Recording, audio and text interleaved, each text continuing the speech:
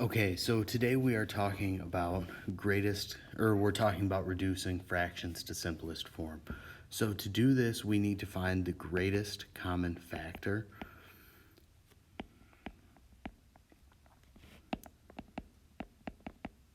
So what the greatest common factor is, it's the biggest factor that both the numerator and the denominator of the fraction share.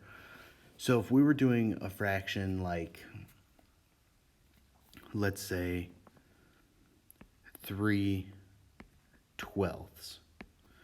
what I would do is I would extend that out, and I'm going to go through one by one and see what numbers multiply together to give me the individual number. So 3, I know 1 and 3, I can multiply those together to get 3. 2, I can't multiply with anything to get 3. And then 3 times 1 is also 3, but I've already written down 1 and 3 here. So 1 and 3, and then for 12, I could do 1, 12, 2, and 6, 3, and 4. Then I could do 4 and 3, but I already have them written down here. So that's where I stop. Now, the biggest number of these factors that they both share is 3. So, because 3 is up here, and then 3 is also over here. I wanted to use red. So 3 and 3 are both there. Now, once I have my greatest common factor, I come back down here with my fraction of 3/12, and then I'm going to divide the top and bottom by 3. So I'm going to divide by 3 over 3. 3 divided by 3 is 1, and then 12 divided by 3 is 4. So then I know 1/4 is my simplest form of that fraction. So let's practice a couple. So I have 5 over 100. To get 5, I know I can multiply 1 times 5. 2 doesn't work, 3 doesn't work, 4 doesn't work. 5 does work, but I already have 1 and 5 written down. So I'm going to do the same thing with 100. 1 times 100 equals 100. 2 times 50. 3 times, 3 doesn't work. 4 and 25. 5 and 20. Now, I've reached my biggest factor of 5, so that's going to be the biggest factor that they share. So I am going to circle those, and then I'm going to come over here and divide by 5 over 5. Now 5 divided by 5 is 1, and then 100 divided by 5 is 20.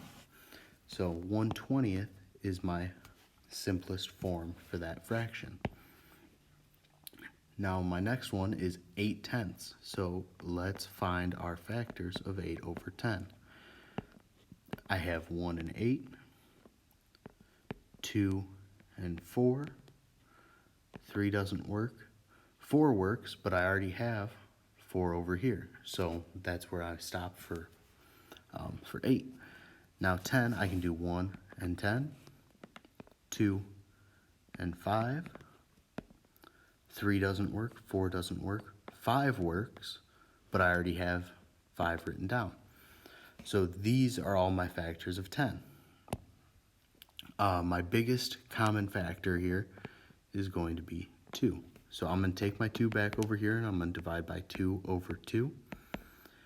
8 divided by 2 is 4, and then 10 divided by 2 is 5. So 4/5 is going to be my simplest form of the fraction.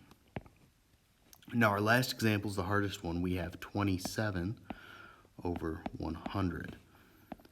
So 27, I can do 1 and 27. 2 doesn't work, 3 works, so I can do 3 and 9. 4 doesn't work, 5 doesn't work, 6 doesn't work, 7 doesn't work, 8 doesn't work, 9 works, but I already have 9 written down. So let's go to 100. So I have 1, 100, 2, and 50.